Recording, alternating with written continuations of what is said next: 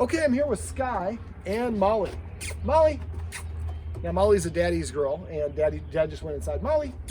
Well, in this video, I'm going to go over how you can teach your dog to respect an invisible line. Now, these dogs do two things. First of all, they invade people's personal space, which is why I'm just going to show you this exercise. So basically, the purpose is this exercise. The dogs are not allowed to cross this line.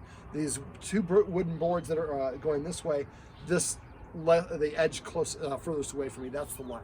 So typically what we do is I'm going to first teach the dog to leave the area by giving it an out command. So the way I would do that is Sky. So let's say Sky is here. Let's say this is the kitchen and this is the hallway. So what I do is I show Sky that I have a treat, Sky, and I roll it there and say the word out.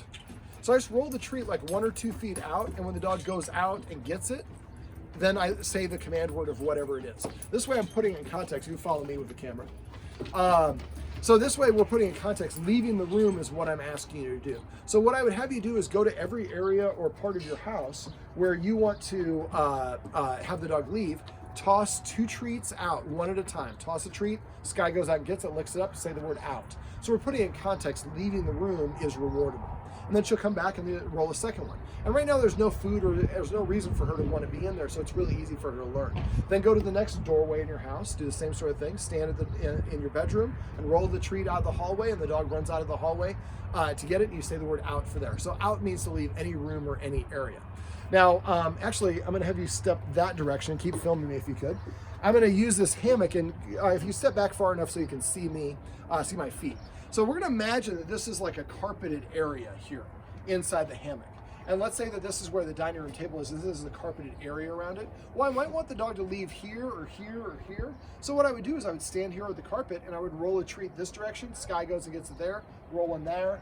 And so the dog learns to vacate the area around the dinner table as well. Those are 2 of the rules that I talked about to the guardians. These dogs don't have a lot of practice in self-restraint, so teaching them that they can't go in to the kitchen or preparing food or can't be around people who are eating is a great way for the dogs to have to practice a little self-restraint, self-control multiple times a day through a regular course of action. And the more that happens, the more the dogs feel nice and relaxed and comfortable doing it when there is food present or something else.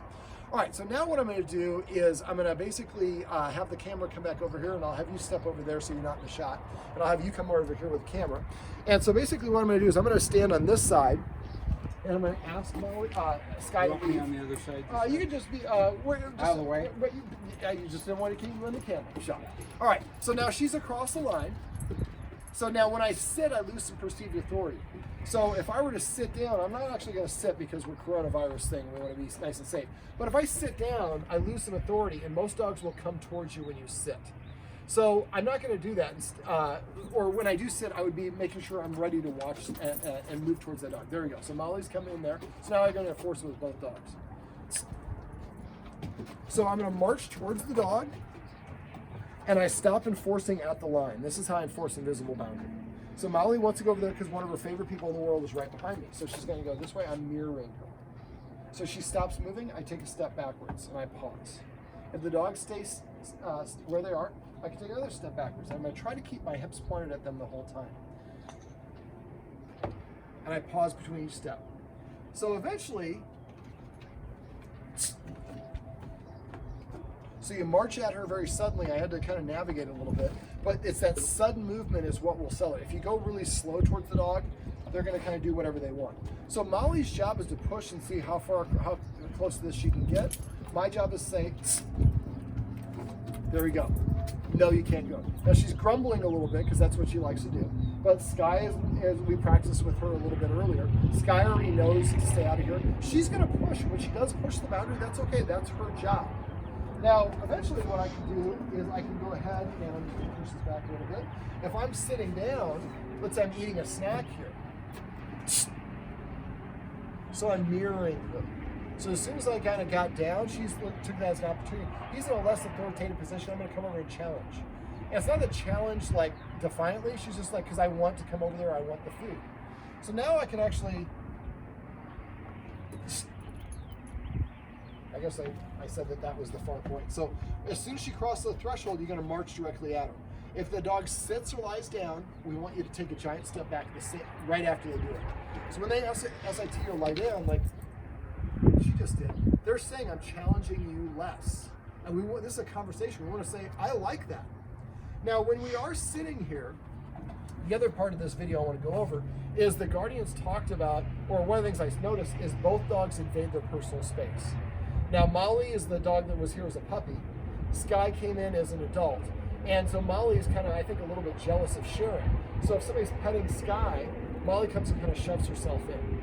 So if that happens, I want you to hold with your thumb on Molly's collar and hold her off to the side and continue petting Sky and give Sky as much attention as you want.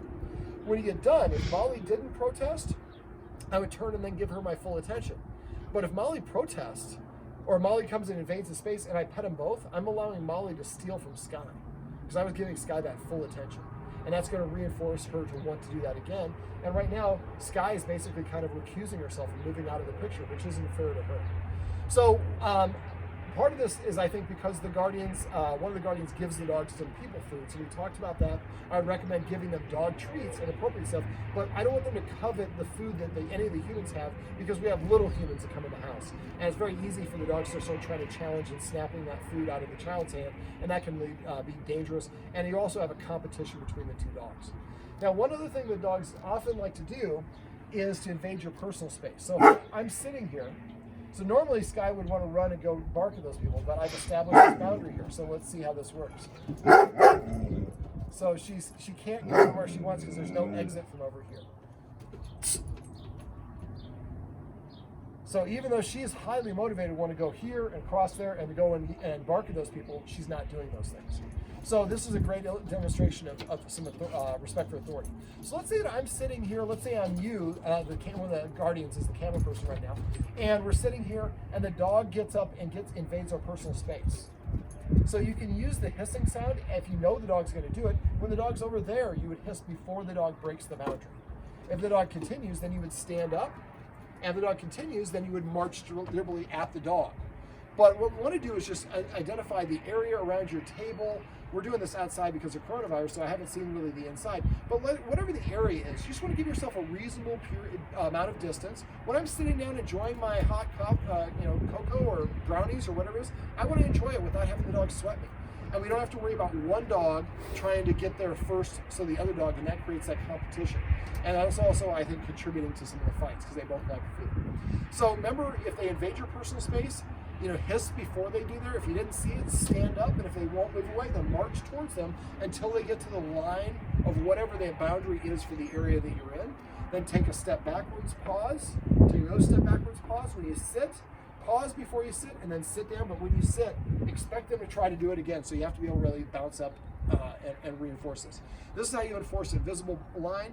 It helps the dogs practice some self-restraint. It also helps them practice staying away from people who have high-value items like food, or stay out of the kitchen. And this helps them practice some self-control, which will help with their dynamics between each other. Sky.